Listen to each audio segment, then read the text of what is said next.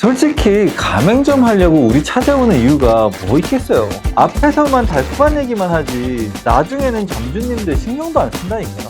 프랜차이즈 본사 잘못 만나서 퇴직금까지 탈탈 털리는 경우 많이 봤습니다. 누가 도둑놈이고 누가 개.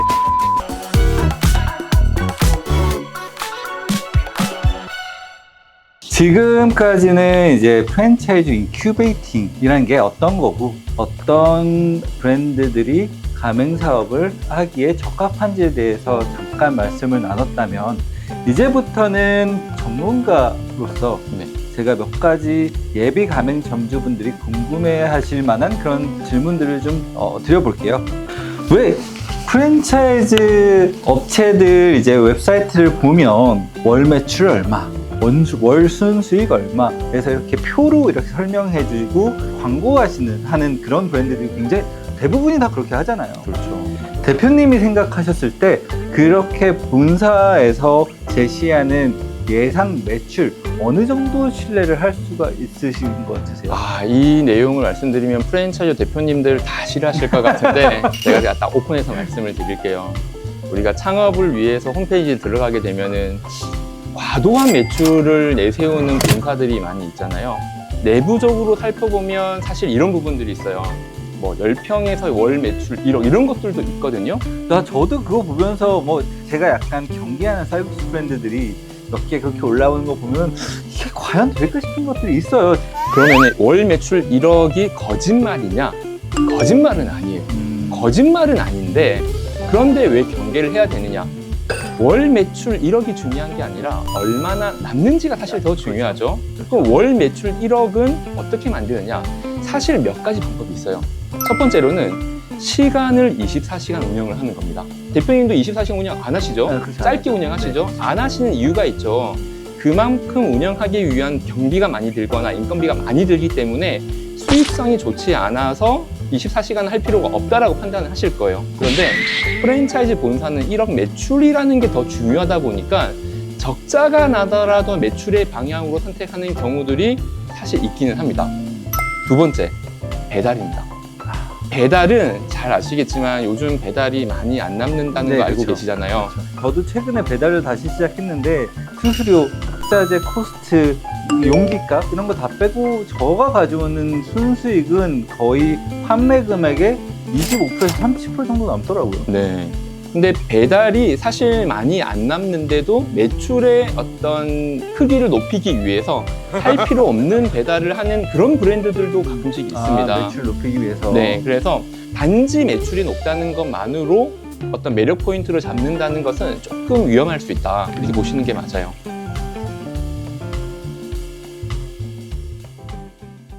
그럼 이어서 두 번째 질문을 드릴 건데, 가맹 본사라고 하면 사실상 주요 수익 구조가 가맹비, 로열티, 그리고 전용 제품이나 물품을 판매했을 때 들어오는 물류비 정도가 될 건데, 전용 제품이나 본사에서 판매하고 있는 그런 제품에 대한 마진을 붙이는 게 되게 부당하다고 보는 시각들이 되게 많아요. 네.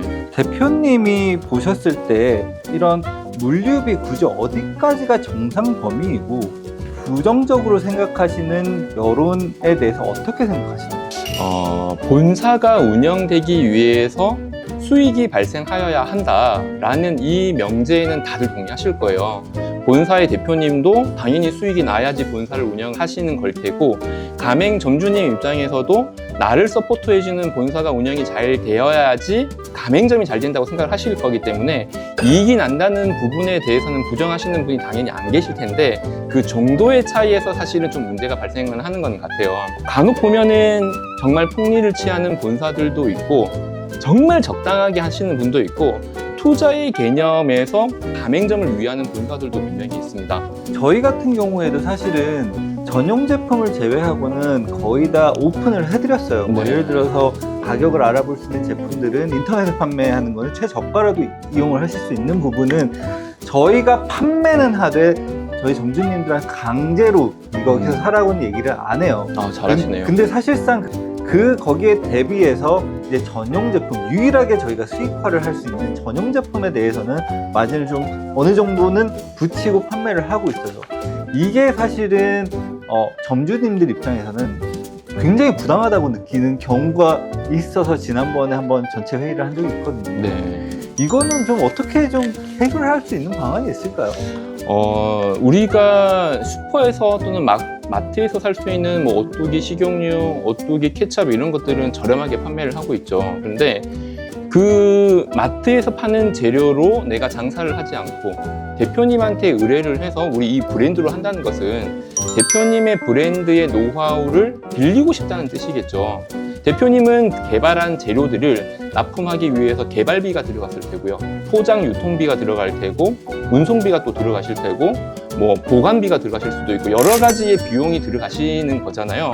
그 비용이 안 들어가면은 그 재료를 납품을 못 하실 테니까 당연히 그거를 구매하기 위해서 어느 정도의 유통 비용을 높여서 판매를 하시는 것은 어떻게 보면 너무 당연한 부분이고, 그렇게 하지 않는 본사는 없습니다. 뭐 어느 점주님들께서도 알아보셔도 우리가 알고 있는 유명한 브랜드들이 그 유통비를 받지 않고 물건값을 원가로 제공하는 곳이 있겠습니까? 당연히 없죠.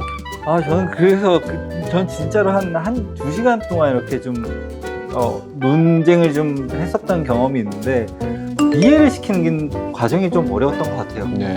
이게 좀 만약에 본사가 그런 유통에 대한 이익이 생기지가 않는다 그러면은 신메뉴 개발이 안 될 겁니다.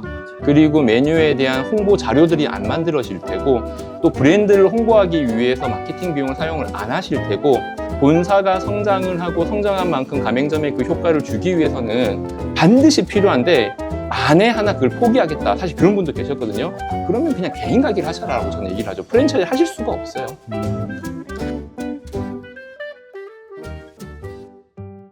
예비 가맹 점주분들께서 궁금해 하실 법한 질문이 이제 상권을 어떻게 하냐, 거기에 대한 그 신뢰도가 어느 정도 되는지, 네. 이게 어떤 분들은 이게 그냥 무작정 가맹점 수를 늘리기 위해서 대충 하는 게 아닌지 하시는 분들도 분명히 계실 거란 말이에요. 네. 여기에 대해서 좀 설명 좀 부탁드릴게요.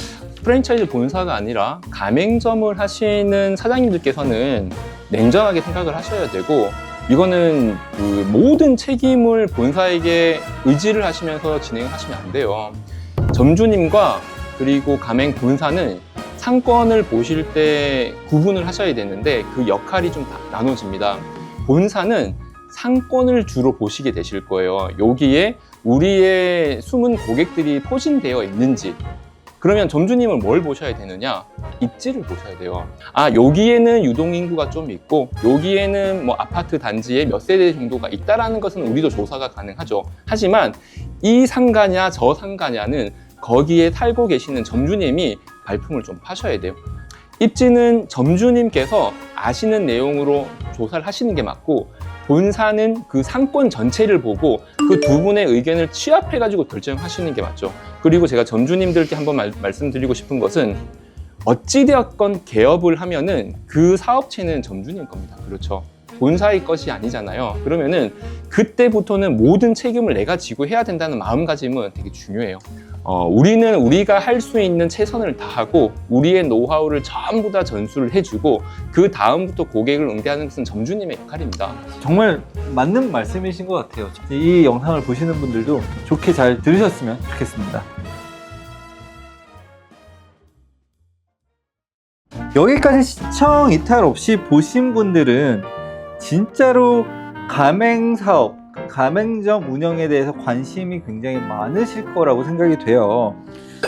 PD님도 지난주에 저하고 얘기할 때 저희 분분 가맹점 하고 싶다고 이렇게 말씀하셨잖아요. 뭐 지금 전문가분 오셨는데 한번 질문하실 거 없으신가요? 그래도 가시기 전에 슬쩍 몇 개 여쭤봐야지 생각을 하고 있었는데, 사실 되게 많은 것들도 있지만은 저는 제일 궁금한 게 좀 하나예요. 그러니까 진짜 본사 매뉴얼대로 하라고 하면은 수행할 수가 있는지, 그게 좀 제일 궁금해요. 그렇죠. 이거 궁금해 하시는 분들도 사실 많이 계세요. 그런데 기본적으로 우리가 본사에 의뢰를 해서 가맹점을 낸다는 것은 가맹점의 노하우를 취하기 위해서 하는 거잖아요.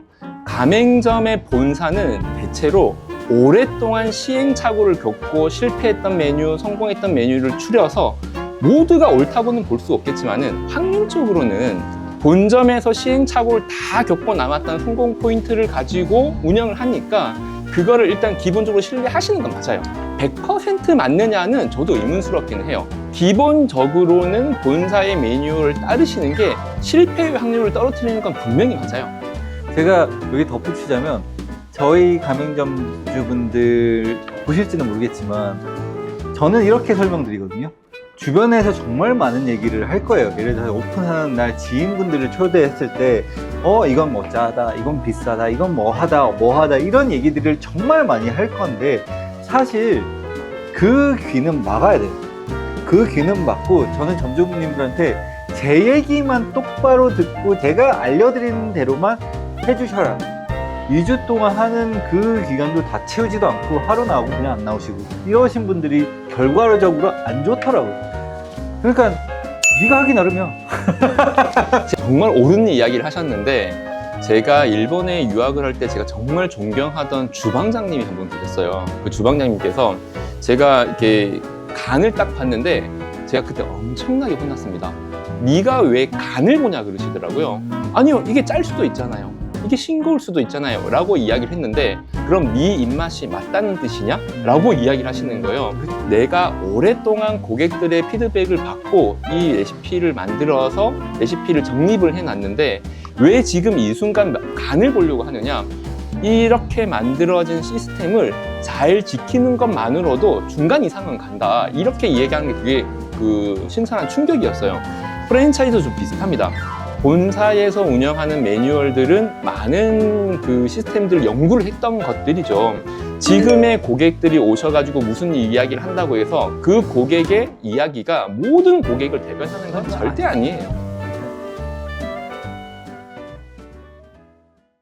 그러면 대표님 장사를 지금 하고 계시는 분들 네. 점주님들께 더 붙여서 좋은 말씀 해주실 말씀이 없으신가요?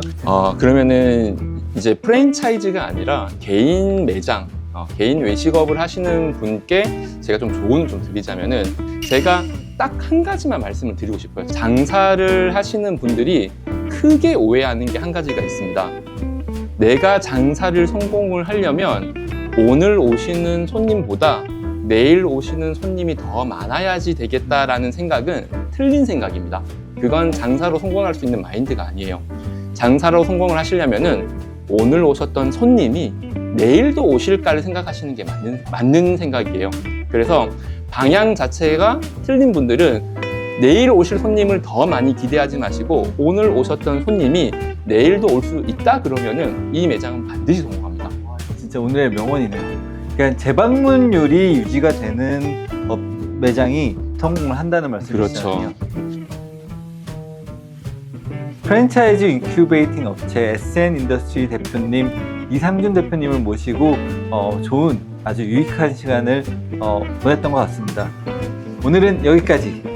저는 베트남 음식 그리고 그 감성을 전달해드리는 분분 쌀국수 대표 김진한이었고요. 다음 주에는 더 재밌는, 더 유익한 그런 컨텐츠를 가지고 다시 오겠습니다. 네, 감사합니다.